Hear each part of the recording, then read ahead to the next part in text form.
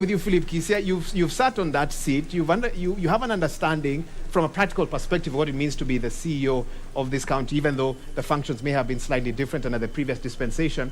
What are you looking for this evening from the 9 men and women that will present themselves before the country that will give you an understanding that this person not only has a manifesto that makes sense for Nairobi, but also understands the nitty-gritties, the deeper issues around what it takes to make Nairobi the kind of city that we'd all, and county that we'd all desire for it to be? Okay, I think there are basically two issues that I will be looking at. One is the issue of competence. You've talked about competence. Does that candidate have the competence required to run a capital city like Nairobi, in terms of management, in terms of leadership? And then, of course, does he have political experience?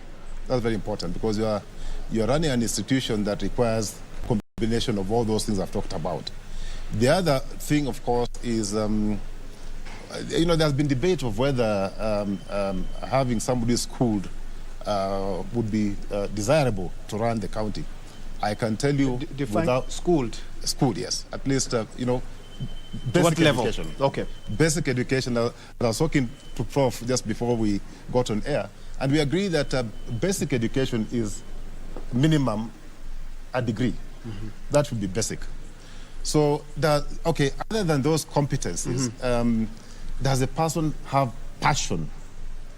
Because this is a very thankless job. Don't get in thinking that you're going to be glorified.